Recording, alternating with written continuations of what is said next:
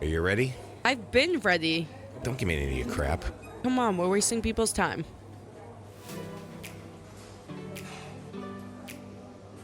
Hi there. Thanks for diving into Two Peas, Same Pod, the humorous podcast of family unity that proves we're all in this comedic roller coaster of life together. Here are your hosts, the father and daughter duo, Eric and Tovah Weinstein. Welcome to our next episode of Two Peas, Same Pod, the father-daughter podcast about nothing. About absolutely nothing. What will we do about this? I don't know. You need to come up with a tighter agenda as the creative content director. We need a niche. We need a niche. We need a niche. Or is it niche? With an accent on the E? Yeah. Okay, whatever. Okay, so what do you got? You've been a little busy recently. Every time I get home from work, I'm like, hi, Dad. Oh, God, far from Don't it. even. You come. Puts on his headphones. Why'd you even bother coming home? That's what I get. And I get a pear scrap. I get the stem of his pear that he just cut off all of his pear, and he gives me the stem to eat. Okay, so for clarity and accuracy, Tovah comes into the house like a tornado. No. Okay, she comes in. Kevin Richmond, where are you? Because she comes in like the Tasmanian devil. She blows into the house every night when she comes home from work like her head is on fire, screaming out Franklin's name. Franklin! Just like that. Sorry, I and just probably blew people's... Yes. If they're listening on headphones. Well, sorry. hopefully the auto leveling will catch that. But in the meantime, she comes in, she blows into the house. She's already stomping her feet about what's for dinner. I'm eating Not yesterday. Not yesterday. That was a pleasant surprise because you brought sushi home. It was Sushi Tuesday. It was Sushi Tuesday. Now it's Sushi Tuesday because it's more likely that I work late on Wednesday and then I see Nick, so I don't get to have sushi on Wednesday. And Thursday's too late in the week. I'm not looking forward to anything by Thursday because I'm looking forward to the weekend. So Tuesday's a happy medium, and they're closed on Monday. So she blows into the house with her sushi last night. I happened to be standing at the kitchen counter while I was preparing my own dinner for me and Elaine. Yeah, cauliflower rice. And I was eating a pear, and I take a pear and I slice it up. And after Tovah has grabbed a few slices of the pear, she then yells at me because she's claiming that I've left too much meat on the stem He part. leaves so much meat. So then she grabs the meat and the stem portion, and she starts gnawing at that like a dog with a bone. It's like corn on the cob. It's corn. A big lump of knobs. Can of corn. Do you know what that is? Yeah, it's from baseball. Can of corn. Okay, this is getting cut. No. In the meantime, so I eat my pear, and I enjoy it. It was a delicious pear. It Wouldn't you was say? so good. It was deceiving because the outside was a little bruised and scratched up there. It is odd that those pears, I think they're Bartlett pears, they come already like they look bruised, but they're not. And then you cut them open and they're perfectly fine. And then if you just cut if it actually is bruised, you can just cut that away. But the pear season, it's delicious. I love pears, and I think shout out to Kim and Nils. They got you back into pears this season. They did. started you off. Delicious delivery from Harry and David. Yeah, with the little gold. They have like special pears. Those pears are like, I don't know, they're like top secret pears. I don't even know where they come from, although I'm sure I could look it up on the internet. Does it come with someone to whip your ass? Didn't you turn to me? Nope. You turned to me last night or whenever that was, and you go, "Oh, you know that pears have a source of." No, pears are a natural laxative, And like prunes. I was so pissed off. I was like, I was not expecting the runs tonight. It wasn't in my schedule. Yeah, but you didn't have them, I don't think. So I don't think people need to hear about your bowel habits. Enough from the Costco Porter John story. Didn't someone from the audience, hey Judith, send you a little picture of an ad she got for a little portable, luxurious toilet? Everybody needs one in their front lawn. Yeah, wait, what? Should we get one of those? No, we're not getting one of those. We had RedBox. So, yeah, not to be confused with the video RedBox. I actually think it might be the same company. Oh, my God. And RedBox dumpsters come with a porta-john built into the back end of it, no pun intended. And in fact, when we had some work done on our house and the contractor brought a dumpster, there were two porta-johns back to back at the end of the dumpster, one for men, one for women. Who would have thought? Butt to butt. Okay, so what do you got this week? Last week we talked about the Emmys. The week before we talked about Joe Coy and the failure at the Golden Globes. Oh, yeah. Golden Globes. That's what I call it, yeah. Well, yesterday I set off the fire alarm in the house, and then didn't you set it off the same night, actually? Oh, so it was 2 days ago. Yeah, you set it off this. It was weird. That was weird, actually. We both set it off the same day. And it's not like we really had any fire No. going. My issue is that the marinade that we had on the salmon that was in the oven burnt a little bit. And nothing got damaged and the fish was fine. We had to air out the house a little bit because poor Franklin got a little bit freaked. Okay, so I set off the fire alarm. doing my hair. The fire alarm is so loud. Yeah, that was a little odd. I wasn't home for that, but you said that you were drying your hair right underneath the smoke detector on outside of the bathroom, and for some reason Franklin wasn't home for that one. No, but was Mom home? No, No one just was you. home. It was right before I think you got home with Franklin. Okay. Oh yeah, poor Franklin did not like the fire alarm. He does not like loud noises. Oh, a lot of dogs don't like loud noises, especially high-pitched loud noises. He tolerates me. Barely. Doesn't tolerate your grandmother. No, Franklin. He came up to cuddle last. Why? He gives me the wrap it up, and I'm not. I just started talking. You know what? I think for that you owe me a new set of podcast earrings. Oh, kiss my ass. Guys, get this. Yeah, get this, people. Get this. How I asked so little. We almost had a spit take. I asked so little. And yesterday, I just texted you, just like, hi, can you sell me just like $200? Please. She's like Mona Lisa Silverstein. No, you hate that. I do. Money, please. I like Jenny Slate, but I don't like that character. She's from Boston, right? She's from Milton, yeah. Milton, the tennis brand? No, that's Silton, and that's Wilson. Or the suit place. That's Milton's. Yeah, Milton's in Chestnut Hill. Yeah, but she's from Milton, which is down on the South Shore near Braintree. Okay. Yeah, I get this random text out of the blue. How about could you sell me $200, please, or whatever? Please. It was so nice. I was like, please. And I'm like, who is this? I'm like, no. And she's like, what about these podcast earrings or whatever? Like, I need these earrings for the podcast. Now, for people who can't see us, which is everybody, we wear over-the-ear headphones closed back, so you can't see our ears at all. So why she needs specific podcast earrings? I need podcast earrings. So, of course, she was denied. I was denied. I asked her to sell me $200. Yeah, and I said he'd be waiting for that for a little bit. So now she knows how I feel. And then I texted Josh. For some reason, that still I can't figure out why you would have. Yeah. Why you would have bothered your brother about this? He got really pissed off at me when I got home. You did, not Josh. Oh, I did, yes, for sure, because you should not be bothering your brother during the workday, number one. Number two, you should not be bothering your brother about money for things that you want to buy yourself because A, you don't need his money, and B, he has no obligation to you whatsoever. And not that we have an obligation to buy you earrings either. So I'm a little bit perplexed, but I'm not going to let it bother me today. Is this something you talk about with yourself or have conversations with yourself? Or I talk to myself a lot because I'm the only person who'll listen to me.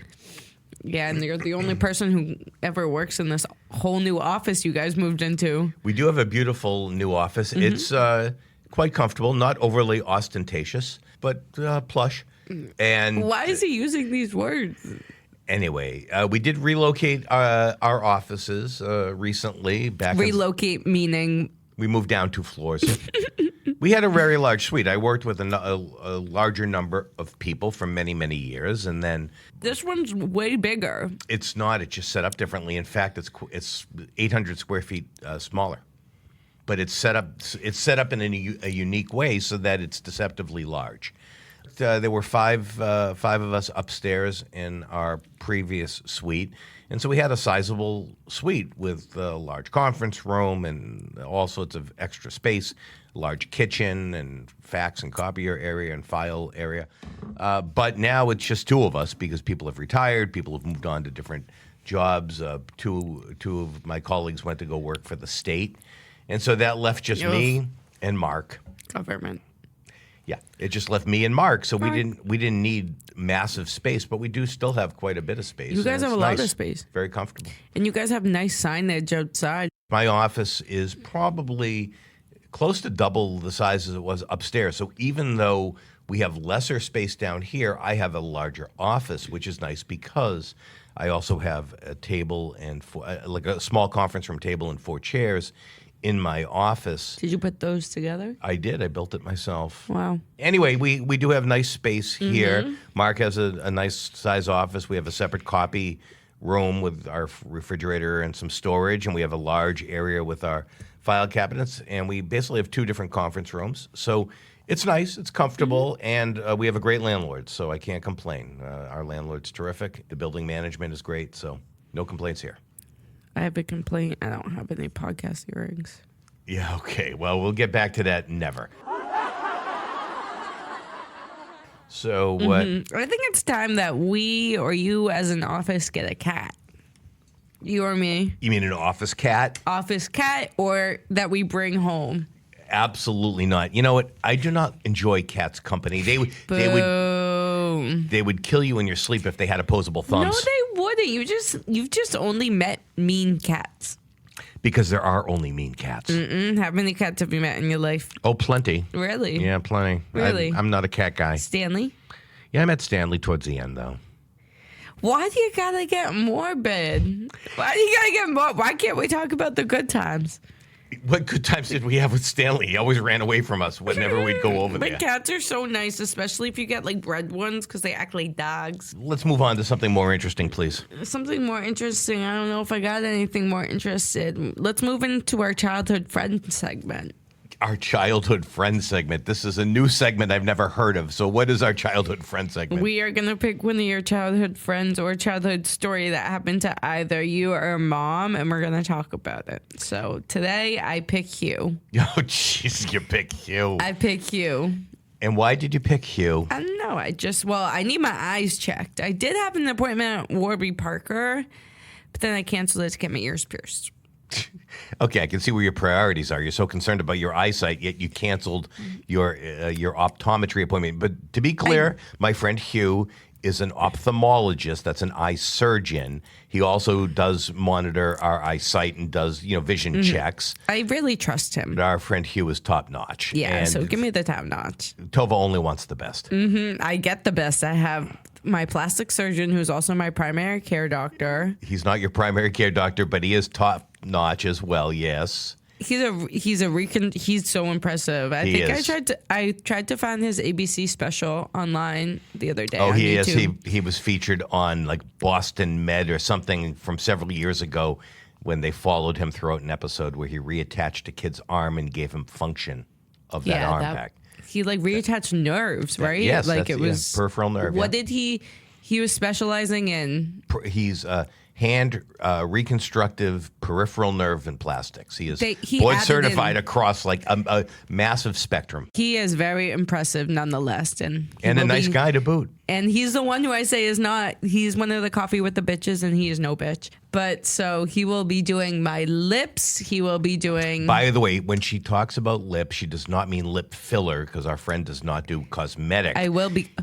He does reconstructive, and Tovah had a little injury to her lip last summer that requires some, maybe in her mind, requires some repair. Will insurance cover lip injections? No. Will they cover veneers? Probably not. Let's get back to Hugh.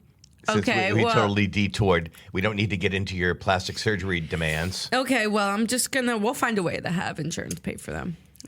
Talk to your brother. Why? Oh, what? Because isn't his specialty, healthcare economics? Yeah, but what does that have to do with insurance paying for my plastic surgery? I don't know. He might have some ideas. Someone's about to walk in on us podcasting, either the mail or Tilden. It's not the mail because I have to pick up my mail downstairs in the mailbox. Well, last time someone interrupted, came right up here. And that was our handed- UPS guy, Chris. Okay. Okay. Back to Hugh. So back to Hugh. Best of the best. Yeah, so Hugh is a fabulous ophthalmologist for both pediatric and adult. Okay. But his office is not close to where we are. It's about almost an hour away. Whenever we go to see him, which isn't that often, only like once a year, once every 2 years, it's like a reunion. I mean, I talk to him and email with him all the time, so it's not like we're not in touch. But then, we go and we have some fun. In fact, up on his wall when you walk into his office are a couple of different caricatures of him, both done at your bat mitzvah and Josh's bar mitzvah. So we hold a place of honor in his office even. Woohoo! And that's along with his fake WWE wrestling championship Oh my God. belt. What's that about? Well, it helps him relate to kids, and he and I used to go to the wrestling matches at the Boston Garden. You used to go to wrestling at the Garden? Yes, I used to go to wrestling at the Garden. Hugh and I would go, and we'd take Uncle Paul and one of Uncle Paul's friends. What an interesting dynamic that would be. Well, I don't know. I was already married. Paul was my brother-in-law. How old was Uncle Paul? He was 17 when we got married. Oh my God. So how old He was turned he 18 around? a couple of months later. So how old was he when you went to the... 17 or 18. I mean, it was when I was either finishing law school or maybe I was out of law school already. It might have been like his senior year in high school, so he would have been 17. Yeah. My roommates want to go to midget wrestling this weekend. Where is that? It's in the Fenway Bar area. And I was like, God. I can't show face there. No, we still haven't gotten to that, but that's not going to be in today's episode. Why not? We need to build up to that. I'm not emotionally strong enough to talk about it yet. Before I came up here, I was in the car and I was like doing show notes and I was like sitting outside your office and I was like, I just want to sit out here for a second before I have to deal with like your shtick. Oh, thanks. that's very like, nice. I just want to like my shtick pays for this podcast, pays for the podcasting hosting site. My shtick is even more intolerable. Pays for Podbean.com, paid for the equipment. You have to put up with my shtick. You have no choice. I know. He texted me last night, at like 9:30, the link to the new episode. Yeah, I texted it to you because you were in your bedroom and I was in the family room. But I know you want to distribute it, so I sent it to you. I need to have some say in the names of the episodes. The Globes, ! Even more banter. I changed that because you didn't like the banter. You don't like the use of the word banter. I don't really. You prefer that I come up with something more glib. Okay, so back to Hugh. There's a lot to say about Hugh. I think Hugh will be on your podcast. All very good things. We have a lot of funny stories with him. We do. In fact, I was just talking to my sister the other night about one of the funniest stories. When Hugh was in medical school, Hugh's a funny guy, and he likes to be funny, and he is funny. And he created a video when he was in medical school with some friends called A Day in the Life. Basically, a day in the life of Hugh, what it was like. And he was doing all these goofy things, like going to the gym and pretending to lift weights and all this other stuff. And I remember when he came, it was on videotape. And so he brought it to my house when I was growing up. And it might have been when it was at Brandeis. I'm not really sure exactly if it was medical school or college. But in any event, I remember it was at our house. My grandparents were at the house. They loved Hugh. They loved Hugh. My grandfather thought Hugh was a riot. And he shows this video, and out of nowhere, my grandmother, Nana Mary, my grandmother blurts out, "Hugh, where'd you get that nose?" She thought he had put on a fake nose and some makeup or something. No, that was his real face. And it was just like so ridiculous that, your Aunt Michelle and I were talking about that just yesterday or 2 days ago. And it was hysterical because it was just like one of those things where, Nana would just blurt out whatever. You're very much like her. Oh, thank you. I know. I think Grammy was saying that the other day. She was like, you and me and Nana are very similar. Yeah, we used to say, Michelle and I used to say that Nana had see and say. If she would see something, she would say something about it. You say that about me all the time. Exactly. But Hugh, we have a lot of funny stories with. Can we tell a couple of the funny ones? Well, I think that one was hysterical. Well, I didn't know that one. That one was pretty funny. Hugh, where'd you get that nose? And I went to one of his kids. It might have been, I forget, it might have been Ashley's birthday party. But anyway, we're out there. I'm out there, and we're in the kitchen. And Hugh wants to show me that he had the permanent retainer taken off his bottom row of teeth. He had a permanent retainer for a long, long time. And he wanted to show me that it had finally been removed. And so... Oh, you guys were going to kiss or something? No, but I did have my hands in his mouth because I was feeling the back of his teeth, feeling how smooth it... Yeah. And that's when some woman walks in, and she's like, what the hell's going on here? Because I got my hands in his mouth. Yeah! And she said, I said, just out of the blue, I just felt like, doing it. I said, he had some recent dental work done, and he asked me to take a look at it. And she's like, why would you do that? I said, well, I'm actually an oral surgeon, and I just wanted to check it out. She was, oh, really? I said, yeah. I said, I'm also a dentist because it's sort of natural that, if you're one, you should be the other. You have the whole spectrum of oral care. And she said, oh, okay. She was like a little perplexed, but whatever. Then she says to Hugh, she just totally interrupts us and says to Hugh, you're a doctor, right? And he says, yeah. She goes, oh, my grandson just recently got stung by a bee, and it turned out that he was allergic. What do you know about that? The doctor prescribed some medication for him. And Hugh, he's an ophthalmologist, and he's good about saying to people that he doesn't, what areas he's comfortable talking about, and obviously he's not an allergist. I say to her, oh, the doctor probably put him on prednisone and probably hit him hard first with, depending on how old he is and how much he weighs, might have hit him with 30 milligrams right away, which is 6 pills. And then the next day you go to 5 pills. 6 in the morning, 6 at night, right? And then 5. No. Usually it's just 6 one day, 5 the next, 4 the next, 3 the next, 2 the next, and then 1 for several days. I think my poison ivy was so bad. Well, you had you had terrible poison ivy. And I said to her, but that's a very common treatment for allergies and swelling. And she's like, well, how do you know? And I say to her, well, I'm also an allergist. And Hugh, by this time, Hugh and Hugh's brother and his sister-in-law, they're hysterical. Because the woman's believing. She's like, oh, my God. She is believing it, but she's also like in our face in like a really rude and abrupt way. She wasn't like particularly nice with her interruptions. She was pretty brash. So she just kind of leaves the room. She just kind of leaves the room. A little while later, she comes back, and at this point in time, we're talking about Christy Brinkley and her husband, not Billy Joel, but the guy she was married to after Billy Joel. We're talking about their divorce because it happened to be in the news. Oh. Apparently, Christy Brinkley's husband had an addiction to online pornography. Oh, my God. And it was spending $25,000, $30,000 a month on online pornography. And so we were talking about what the testimony would be like in court. Mm-hmm. Okay. The woman comes in and she hears this. She goes, what are you guys talking about? And oh, my God, this nosy woman. She's incredibly nosy. Craig or somebody, Hugh, says, oh, we're just talking about Christy Brinkley's divorce trial. And she looks at us and me particularly. She goes, well, what do you people know about divorce trials? And I said, well, as it just happens to be, I'm also an attorney. And she's like, no, like that's what she doesn't believe. She doesn't believe I'm an attorney. She believes I'm a doctor, oral surgeon, dentist, and allergist. But she will not believe that I'm an attorney. So I actually reached into my wallet and I pulled out my bar card, which is proof that I'm licensed to practice law.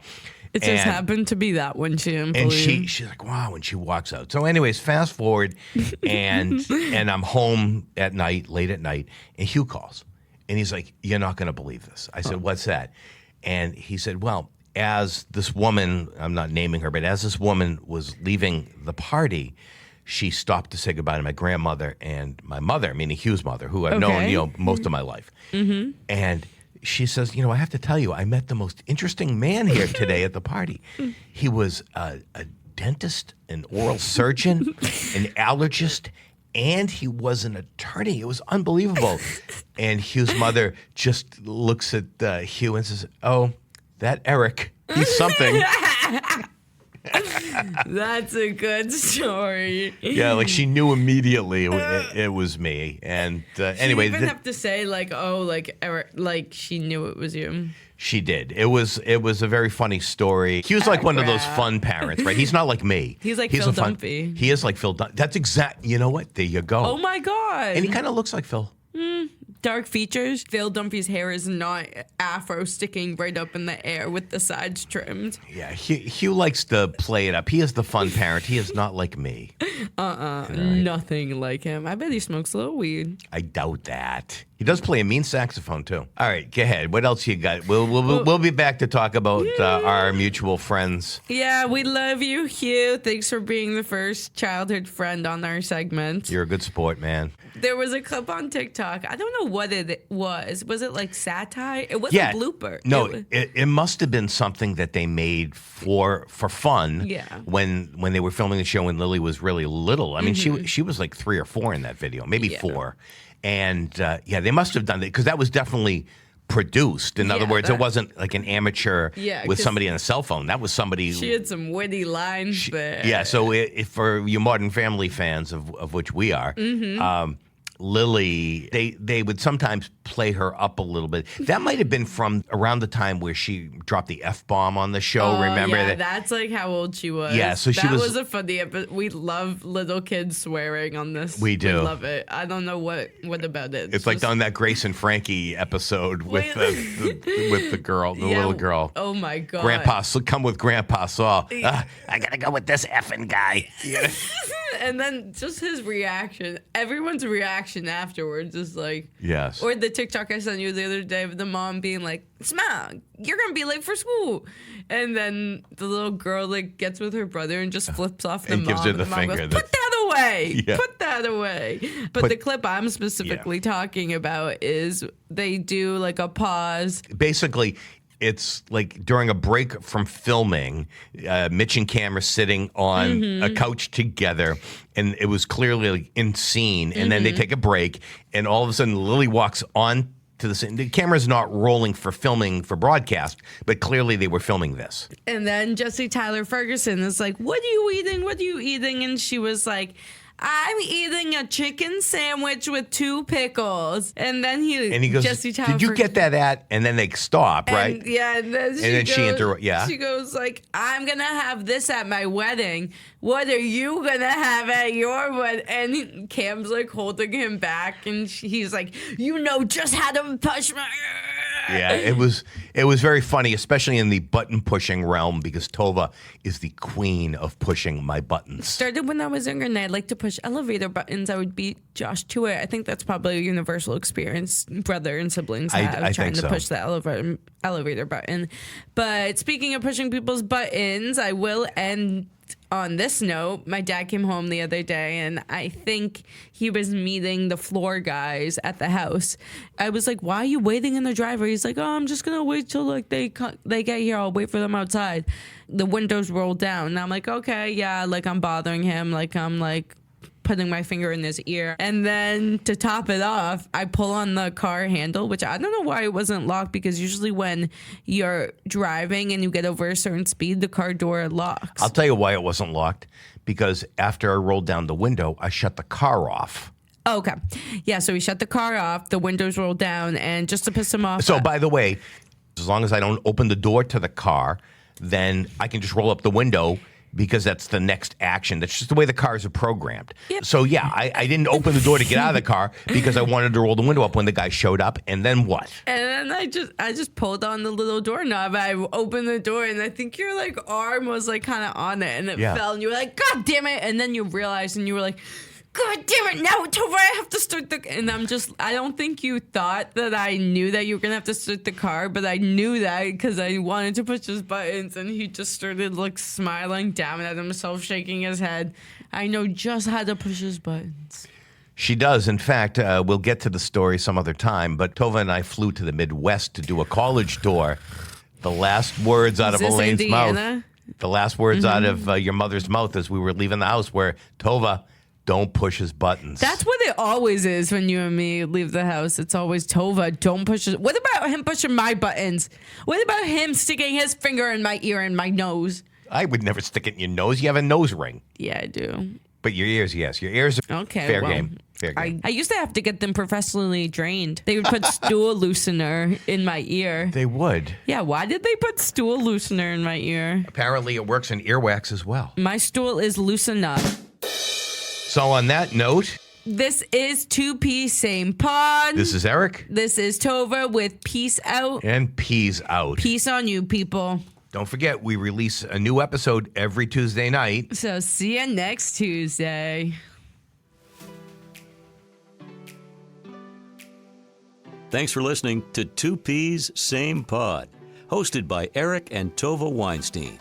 Please subscribe and join us next time as we continue to share humorous anecdotes, funny mishaps, and comical observations from our own lives.